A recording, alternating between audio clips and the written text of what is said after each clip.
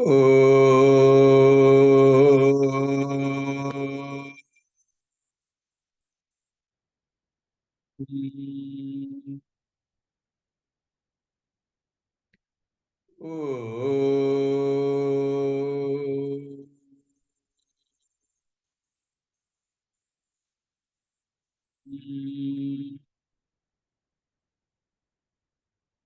Om.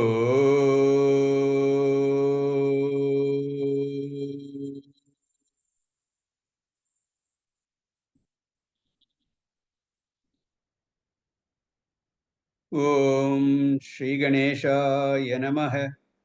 Om Shri Saraswatyai Namaha. Om Shri Gurubhyo Namaha. Sadashivasamārambhām Shankaracharya-madhyamām Asmadacharya-paryantām Vande Guru-paraṁparām Shruti-smriti-purāణānām Alayam Namāmi Bhagavat-pada Shankaram Loka-Shankaram Samasta-jana-kalyāne Niratam Karunamayam Namami Chinmayam Devam Sadgurum Brahmavidvaram Sadgurum Brahmavidvaram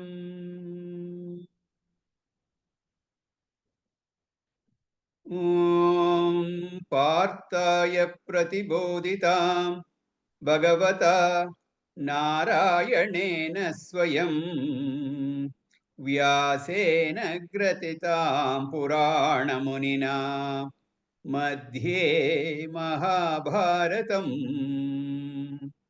Advaitamritavarshini Bhagavati Ashtadashadhyayini Ambatvam Anusandadhami Bhagavad Gita Bhavadveshini Yam Brahma Varunendra Rudra Marutah Stunvanti Devyai Stavaihi Vedai Sangapada Panishadaihi Gayanti Yam Samagaha Dhyanavastita Tadgatena Manasa Pashyanti Yam Yogino Yasyantam na vidusura suraganaha Devaya tasmai namaha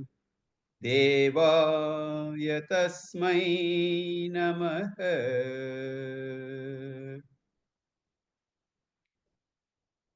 Hari Om. Yudhishthira, because of his own weakness for the game of dice, and because of the custom of responding to an invitation for the game, went to Hastinapura. All the Pandavas went to Hastinapura. Then the game of dice started. First, he lost everything. But Dhritarashtra granted some wishes to Draupadi. So she got her freedom back and also got the whole kingdom back to the Pandavas. Then the game was played again. And the condition was that the loser goes to the forest in exile for 12 years and live the 13th year incognito called Ajnata Vasa. So 12 years of Vanavasa and 1 year of Ajnata Vasa. If the cover is blown anytime in the 13th year, they have to go back and live in exile for another 12 years, followed by the 13th year of Ajnata Vasa. And in that second game, Yudhishthira lost again. And so the Pandavas, along with Draupadi, had to leave for the forest. Everybody was sad. And some rishis accompanied them to the forest. So now the Vanavasa was going on. But Duryodhana would not leave them alone in the forest also. He wanted to destroy them during that time, or at least humiliate them. One way or the other, he wanted to make trouble for them.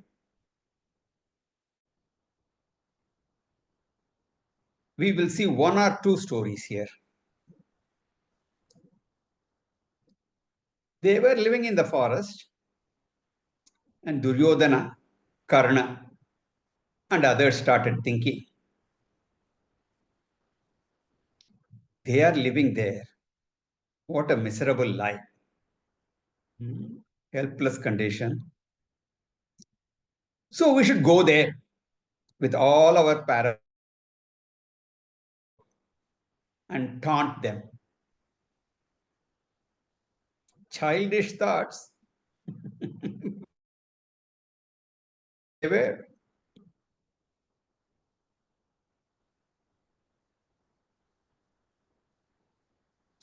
So we will go there. In Pandavas, will see. They feel jealous and feel even more miserable. We will be there, drinking, singing, dancing, enjoying. And they will be looking at us and feel terrible. What a wicked thought to make someone more and more miserable. Anyway, that's who they are. And the Kauravas went there. The Pandavas noticed the huge retinue come close to where they were. And they didn't care. People have come there, okay. All the play was going on. There was a nice garden there, and a lake was also there. Nice picnic spot. Now, there, Chitrarata. Chitrarata is the king of the Gandharvas, celestial beings. He had also come there along with other Gandharvas. And you know, Gandharvas were playing good in music, dance. That is their speciality. So they had also come there. They were playing their music, dancing, and enjoying themselves.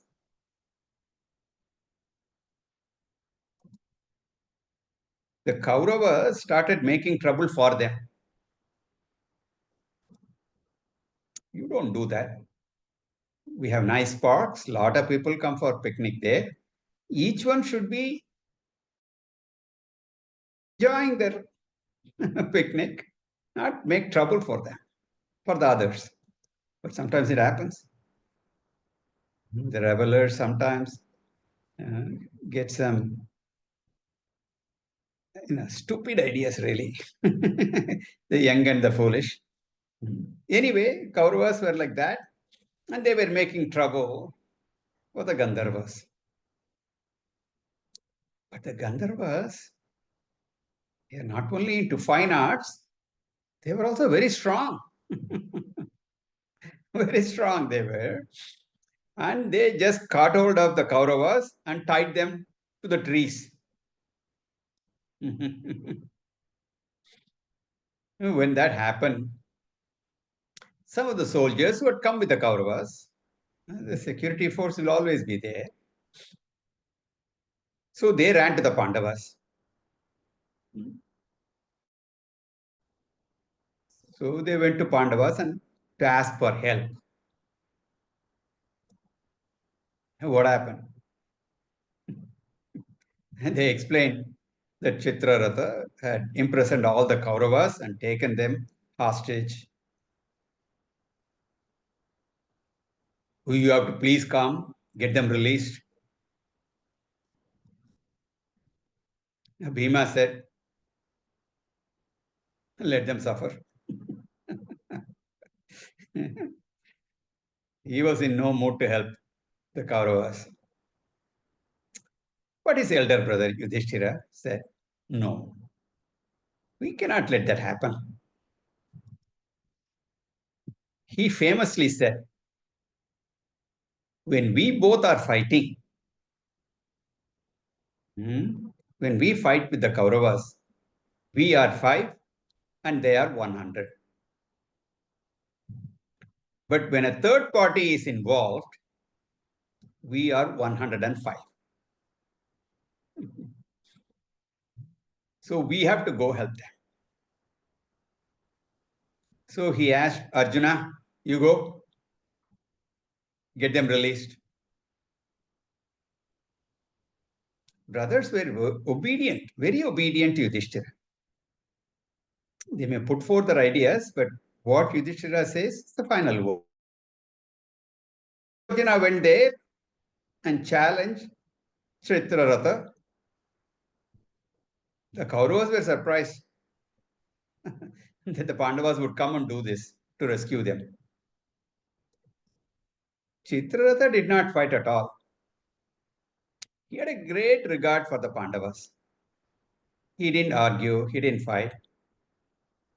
He just said, you want them released? Okay, they are free to go. These juveniles were just making trouble. I just want to teach them a lesson. I think they have learned the lesson. They are, after all, your cousins, and you come seeking their release. Okay, I let them go. So you can just imagine all the embarrassment and the humiliation on the part of the Kauravas to be rescued by Bhima and Arjuna. Tables were just turned around. And so they returned to their palace, ashamed. They didn't have any stories to tell.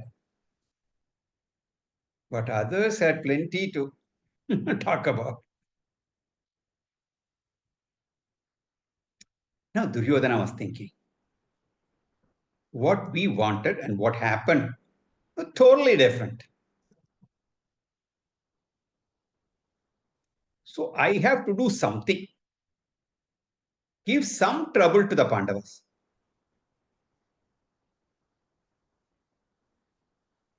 What to do now? Now he got a wonderful opportunity.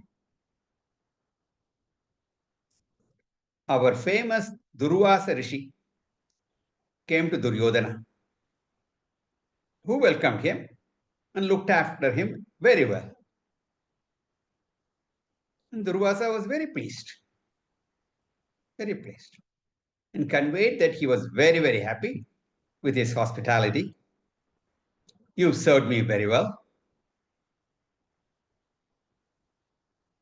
What is your wish? What do you want? And Duryodhana was so very humble. And he said, the way you have blessed us with your presence. Dhanyosmi, you are so blessed. My only wish. And he was trying to show his kindness, compassion, generosity, and everything. Sir, my only humble wish. You please bless our cousins also. Whatever has happened, they are in the forest. If they were here in the palace, they would have gotten your blessings. So you please go to the forest where they are and bless them with your presence. You know what he was thinking? when he goes there, living in the forest, how can one serve the Rishi as he did in his palace? How is it possible?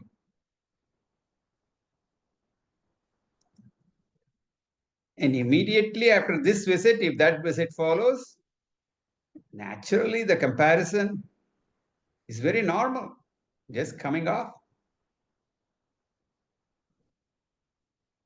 And when he goes there, they may not even have uh, anything to feed them. They have to make some mistake or the other. And Durvasa had a short fuse. He would get angry just like that. So there is a very good possibility the making Durvasa Rishi mad, very high probability. So they will just curse the Pandavas. So that was the ulterior motive. All this kindness, compassion, all a show. He cannot directly tell the Rishi, go curse Pandavas. You can't do that. So Durvasa said, okay, I will go. I'll go. The Rishis, they will go to the forest. Not a big deal for them. Most of the time they live there anyway. So he went there. And he went there along with his huge number of disciples, over 100 of them. Sometimes you wonder how he had so many disciples with his notorious short temper. You may be a very dedicated student, very obedient student, and all that. But unfortunately, if you get a teacher who is extremely short tempered, it's tough. It's not easy being a teacher. But somehow, he maybe he was very good to his disciples. The rest of the people, he may be a different person. That's also possible. Anyway, the Rishi went there. Now, Draupadi had a special patra vessel that was given to her by the sun god. It was called Akshaya Patra, inexhaustible vessel. The food from that could feed thousands of people every day. After feeding everyone, and after she eats, when she washes the vessel and puts it away, that vessel will not give any more food for that day. Only the next day, she can get fresh food that vessel would give. So it so happened that day she had finished feeding everyone. She had also eaten, washed the vessel, and put it away. At that time, Durvasa Rishi came along with his disciples. Then he said, I'm hungry, and so all my students are. Now we will go to the river, wash up, and come back. And in the meantime, you get the food ready for us. So that's what the Rishi said. Oh my God, what am I going to do? Wash the vessel, put it away. I have to feed 100 plus mouths. So she went to her husband's with her conundrum problem. Those fellows did not have any ideas. So her only refuge was Shri Krishna Sharanam Mama. Shri Krishna Sharanam Mama. Shri Krishna Sharanam Mama. That's all. Oh Lord, please help me. Please, please, please. Only you can help me. When Bhagwan heard her cry for help,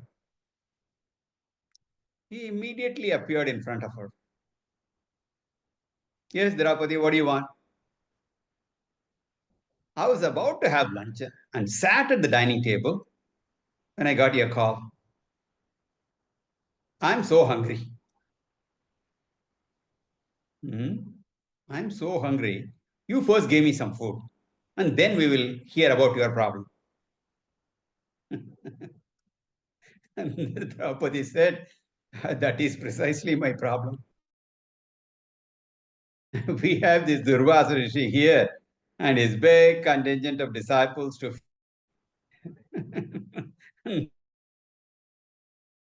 You come asking for food. How am I going to feed all of you?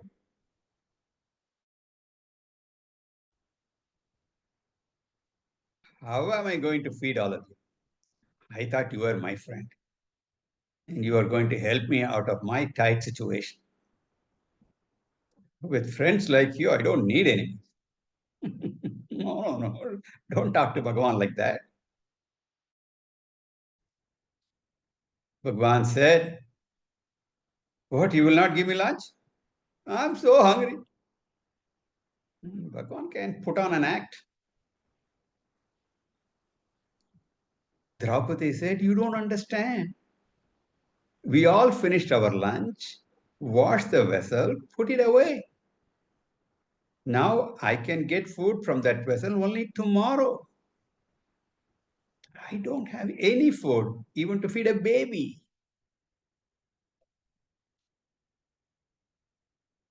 No, you have to give me something to eat. Go look in the vessel. There may be some food left. Even a little bit will help. I'm starving. You go, please look. Okay, if you say so. And to her utter surprise, she found a small leaf of a leafy vegetables sticking to the side of the vessel that she had missed. And then there was one grain of rice at the bottom. See, the cooked rice sometimes sticks to the vessel. And if you don't scrub hard, you cannot get it out. Good thing I did not clean the vessel properly. So Bhagwan said, give me that leaf and the grain of rice. The leaf will be my first course salad. And the rice will be my main course for the lunch today. It's okay if I don't have a dessert. So he ate that and gave out a big burp. I'm full now. Thank you very much. When Bhagwan is satisfied, the whole world is satisfied. So Durvasa Rishi and his retinue finished their midday Sandhya Vandana. And when they took the sip of water and said, Keshavaya Swaha, they all belted out a big burp. And as soon as they came home, they all said, we are all so full. We cannot eat another morsel of food. They blessed Draupadi and the Pandavas and went away.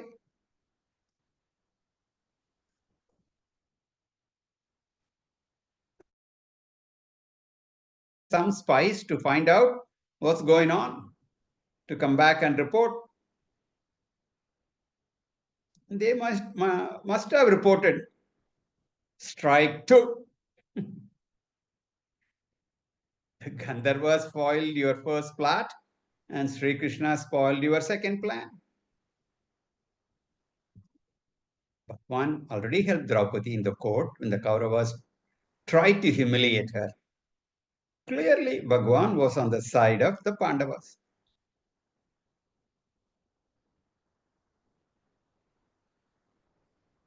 What to do?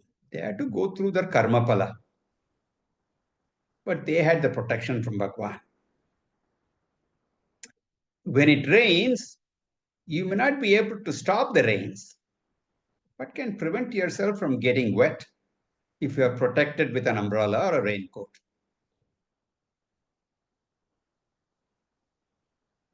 Similarly, seek that protection from the Lord. Every one of us, we have to endure some suffering. But when we go through that, remember the Lord. Seek His protection. Everything will be all right. That is Bhagwan's grace. Therefore, you must do sadhanas. You have to go through karma pala. But the Lord is there to protect you.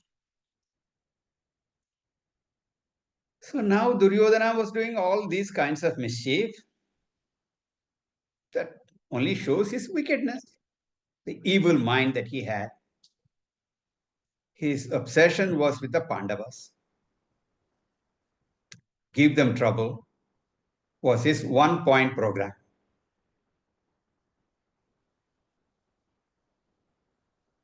Then what happened? Yeah, Yudhishthira was continuously in some trouble, but the rishis were there with him, traveling with him, helped him, comforted him. One day, he asked the rishis, "Do you know of anyone who suffered like this?" We are going through so much suffering. Is there anybody who is going through such suffering or who has gone through such suffering? When I look around, I see all others are doing just fine. The rishi said, "Yes, of course. So many examples I can give you. Remember, I told you that even Ramayana story is there in Mahabharata. This is where that story comes in." And the rishis gave these examples. Sri Rama was an avatara, and still how much trouble he had to endure. No fault of his. He had to live in the forest for 14 years. His wife got abducted, and he had to fight a war to get her back. That example is there. The story of Nala and Damayanti. It's also a gripping story of troubles they had to endure. Everyone who takes a human birth, even when Bhagavan takes an avatara, he has to go through some suffering. So, in and through all that, one has to be steadfast in righteousness. That dharma will protect you. Finally, will give you happiness also. So, happily go through suffering. Have the Lord on your side. Even though they were living in the forest, having satsang with the rishi, so many people coming and paying the respects, even though they are not kings, Pandavas were surviving. Now, during the Vanavasa period, Bhima mainly used to get very impatient. He used to say, "Why are we just sitting like this? We should just go and attack the good for nothing Kauravas, destroy them, take the kingdom back. Enough is enough. So now and then he would erupt like that. Yudhishthira used to calm him down. They knew that this exile was a ploy to destroy them. Even if they complete 13 years of exile successfully, Duryodhana is not going to give the kingdom back. Therefore, the eventual war was inevitable. However hard you try to avoid a war, you cannot stop a war. And Draupadi would not let them forget her humiliation. In all these discussions, she would remind them. Remember, they dragged me to the court, pulling my hair and tried have to avenge that humiliation. Bhima, do you remember what you said? Yes, yes. I will break his thigh and drink his blood. Yes, you have to do that. There is unfinished business. So she kept that fire burning in their bellies. But we have to get prepared first. We must equip ourselves with the necessary weapons for that eventual, inevitable war. One point that strikes us when we read Mahabharata is that you follow the path of dharma, you remain steadfast in dharma, but you don't be naive, don't be foolish. You should know, you should be aware that all people do not follow dharma. There will be negative forces. There will be opposing forces trying to destroy you. You should not only be a dharma nishtha, you must be strong enough to resist evil.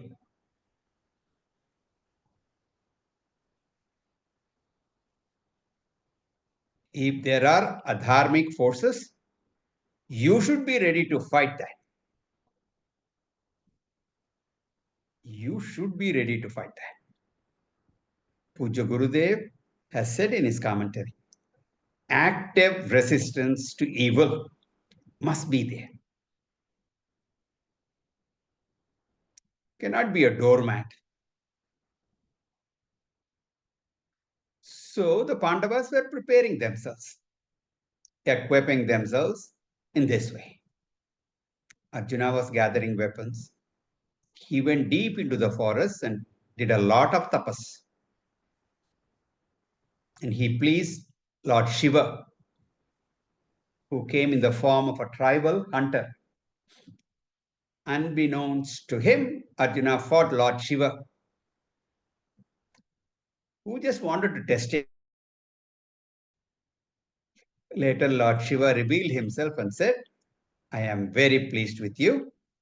I give you this weapon called Pashupata Astram. It's an extremely powerful weapon. Arjuna also got his blessings. And then, with his physical body, he went to heaven. Nobody gets to go that way. Arjuna, a unique case. Of course, he was, after all, the son of Indra. So he just went to visit his dad. Indra received him with affection. And there he learned music, dance, and everything. It is said once the Apsara Urvasi was dancing. Arjuna looked at her with great admiration and reverence. Indra also saw that and he mistook that Arjuna had some desire for Urvasi. So he sent her to him. Go delight him. When Urvashi came, what? You are like a mother to me. You were married to Raja Pururava earlier. That is our dynasty. I do not want anything from you. And Urvashi got a little angry.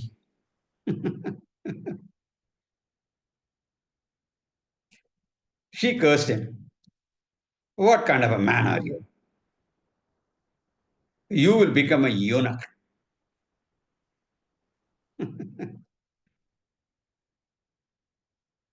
Indra intervened.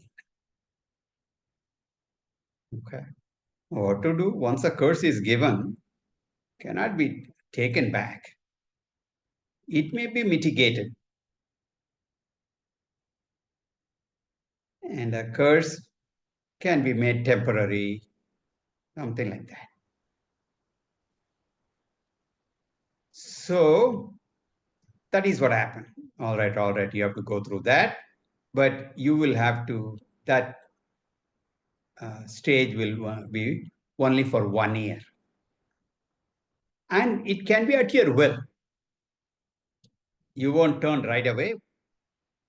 Now, whenever you want it, you can flip that switch, and for that 1 year, you will be that way. And after a year, you'll be back to who you are. And that curse became a blessing in disguise later on. We will see that during the Rajñata Vasa, this curse really became a blessing. The play of Maya is indeed inscrutable.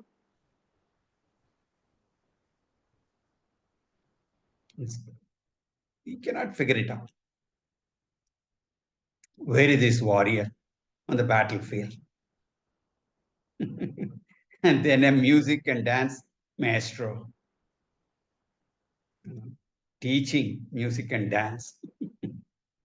Anyway, so after that short stay in the heaven, he came back to earth. So he had great weapons. I don't think the Kauravas were sitting idle. They were also strengthening themselves.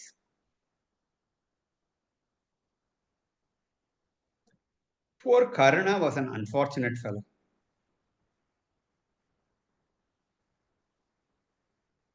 He was great in so many things and he wanted to learn more and more Vidyas.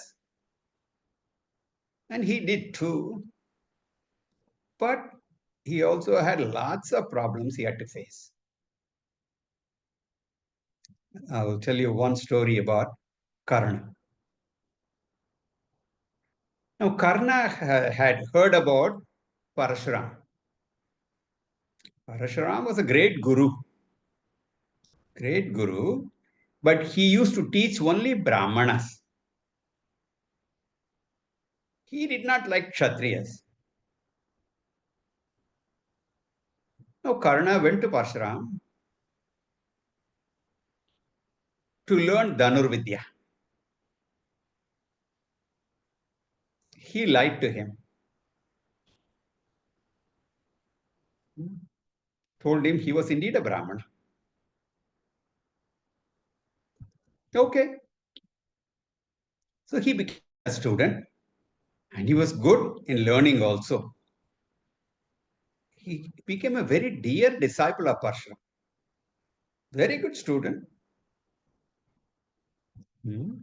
Disciplined, obedient, and good in learning also. He really liked Karna. And one day, Parshuram was resting and putting his head on the lap of Karna. At that time came one Brahmara wasp. And that wasp started stinging him again and again. I'm sure you all have heard about this. Relentless. He even started bleeding, but he did not move one bit. He did not want to disturb his guru, who was resting on his lap. He had so much of endurance. He could endure such a pain, severe pain. He was able to endure. Blood started flowing and it touched Parshuram. And that woke him up. And he saw what had happened.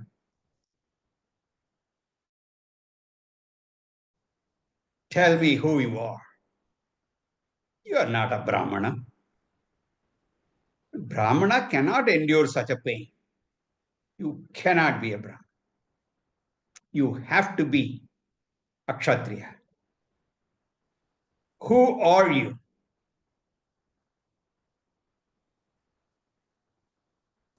Karna fell at the feet of his guru. I am sorry. I lied to you. I lied to you because I wanted to learn this Vidya from you. Guruji, you are right. I am not a Brahmana. I'm not a Brahmana. And Parshuram said, you have been an excellent student. And you served me well.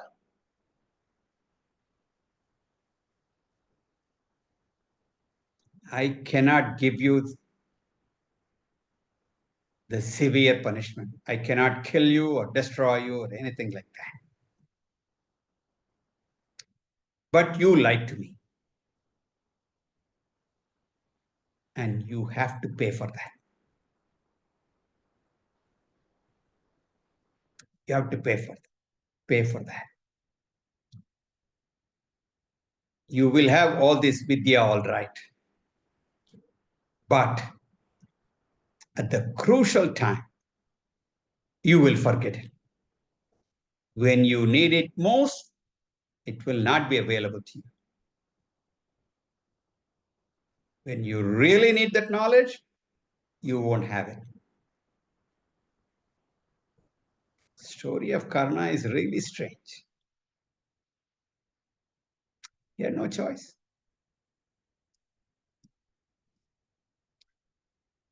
So here we find Arjuna equipping himself with weapons, all the Pandavas strengthening themselves. They were also gathering so many friends who were ready to help them. Thus slowly, the 12-year exile term was coming to a close. Kauravas were unhappy in a way. That is, in these 12 years, they could not weaken the Pandavas. They could not humiliate them or destroy them. The following year was a very crucial period.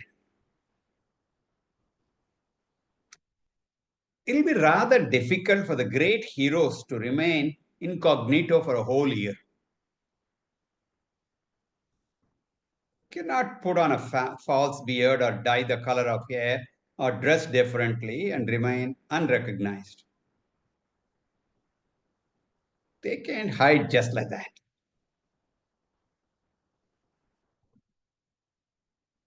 Anyway, when the 12-year period was getting over, they started thinking about what to do the next year so that they can remain without being recognized for one whole year. 1 whole year. They were discussing various options, whether each one will go to a different place, split. Each one will be in a different location. That is one option. Or they stay all together. After considering various pros and cons, they said, we will stay together. If you are split 5, 6 different places, we will not know what one is doing. If someone needed help, cell phones were not there, internet was not there, World Wide Web was not there. Communication was very difficult. Even if the phones were there, they can be used to trace people. Even in this day and age, it's not a good idea, especially for terrorists, these wicked people to use cell phone. So many fugitives, they are caught when they use a cell phone where they are, which cell tower is serving them. They had to be there somewhere close by. So if you ever were on the run, don't use your cell phone. At the same time, nobody else should know that these 6 are in the same team. So they have to come up with a plan to accomplish these differing objectives. What to do? The plan.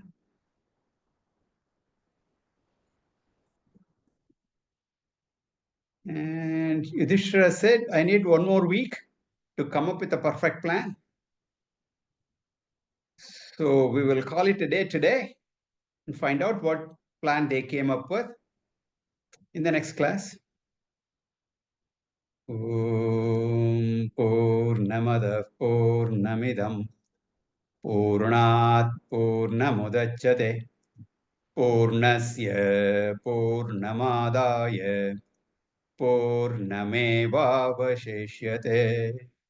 Om Shanti Shanti Shanti. Harihi Om. Shri Gurubhyo Namaha. Harihi Om.